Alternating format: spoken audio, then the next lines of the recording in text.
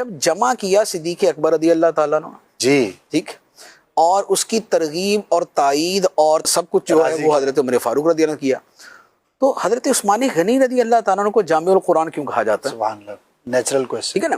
تو اس کے اوپر پھر اعلیٰ حضرت علی رحمہ کا پورا رسالہ ہے، اور یہ ترتیب اعلیٰ حضرت علی رحمہ نے بیان فرمائی ہے. اس میں پھر فرمایا کہ حضرت عثمان غنی رضی اللہ تعالیٰ عنہ کا جو لقب ہے اس کی وجہ یہ ہے کہ جب اسلام بہت سارے ممالک میں پھیل گیا جی، اور عجمی جو علاقے تھے وہاں تک بھی اسلام پہنچا، پہلے عرب میں تھا، عرب سے دیگر عرب ملکوں میں، پھر عجم کے ملکوں میں گیا، تو اس پر کیا ہوا کہ اس پہ ایک صحابی نے آ کے حضرت عثمان غنی رضی اللہ تعالیٰ عنہ سے کہا کہ بھئی یہاں تو قرآن مجید کے اعتبار سے اتنا مسئلہ نہیں ہو رہا، صحیح، لیکن دوسرے علاقوں میں یہ ہو رہا ہے کہ قرآن پاک کو پڑھنے کی مختلف اجازتیں تھیں، مختلف انداز میں پڑھنے کی اجازتیں تھیں، صحیح، کیونکہ قریش کی لغت کچھ اور تھی اور دوسرے کچھ قبیلوں کی اور تھی، تیسرے قبیلے کی کچھ اور تھی، اور سب کو یہ اجازت تھی کہ قرآن کے الفاظ کو اپنی لغت کے مطابق پڑھ لے. صحیح.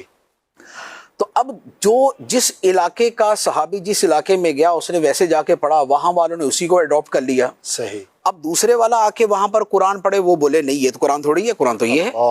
تو اب گویا قرآن پاک کے بارے میں یہ اختلاف شروع ہو گیا کہ بھئی وہ والا پڑھنا صحیح ہے یا یہ والا پڑھنا صحیح. نفس حکم کے اعتبار سے تو وہ ساری صورتیں جائز تھی، صحیح، نبی پاک علیہ الصلوۃ والسلام نے اجازت دی تھی مختلف لغات عرب کے اوپر پڑھنے کی. صحیح. اور ایک پھر حدیث مبارک بھی ہے انزل القرآن والا سبعۃ احرف، پھر اس کی بھی تفسیر اس میں آ جاتی ہے. جی جی.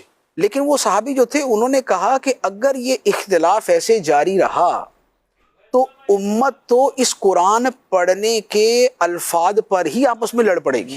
بالکل تو بنیادی یہ ایک بڑا خطرناک معاملہ ہے آپ لوگوں کو کسی ایک لغت پہ جمع کریں. سبحان اللہ، سبحان اللہ. تو اس پر سیدنا عثمان غنی رضی اللہ تعالیٰ عنہ نے پھر یہ کیا کہ آپ نے جتنے بھی دوسرے نسخے تھے وہ آپ نے سارے جمع کیے، سبحان اللہ، اور ان نسخوں کو پھر سٹینڈرڈ نسخہ بنایا حضرت حفصہ رضی اللہ تعالی عنہا کے جو پاس تھا، جو پہلے تھا، اور جس کی تائید دیگر حفاظ صحابہ کرام اور صحابیات کرتے تھے کہ بھئی یہاں جو لکھا ہوا ہے جس انداز میں ہے یہ بالکل وہ ہے جو نبی پاک علیہ الصلوۃ والسلام کی لغت پر تھا. سبحان اللہ. یعنی عربی لغت ایک، لیکن اس کے اندر پھر لغات کے جو مختلف ڈیفرنسز ہوتے ہیں وہ والے آ گئے. سبحان اللہ. تو پھر اس نسخے کے اوپر سب کو متفق کیا گیا، اس کی پھر کاپیاں بنوا کے سیدنا عثمان غنی رضی اللہ تعالیٰ عنہ نے پھر پوری اسلامی مملکت میں بھیجی. کیا بات. اور پوری امت کو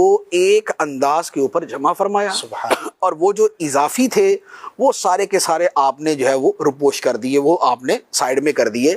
تو اب جو امت پڑھتی ہے سبحان اللہ، وہ سیدنا عثمان غنی رضی اللہ تعالیٰ عنہ کے اسی متفق علیہ، واہ، جس پر پھر سب صحابہ کرام متفق ہوئے، جس پر ائمہ متفق ہوئے، جس پر امت متفق ہوئی، یہ وہ والا ہمارے سامنے نسخہ ہے جو چلتا آ رہا ہے. تو یہ چونکہ کارنامہ سیدنا عثمان غنی رضی اللہ تعالیٰ عنہ کا ہے، تو اب یوں کہہ لیں کہ اظہار تشکر کے طور پہ سبحان اللہ، اب ہر جمعے کو خطبے میں ان کا نام اسی لقب کے ساتھ لیا جاتا ہے وَعَلَى جَامِعِ الْقُرْآنِ، اور اس ہستی پر سلام ہو کہ جو قرآن مجید کو جمع کرنا. کیا بات ہے.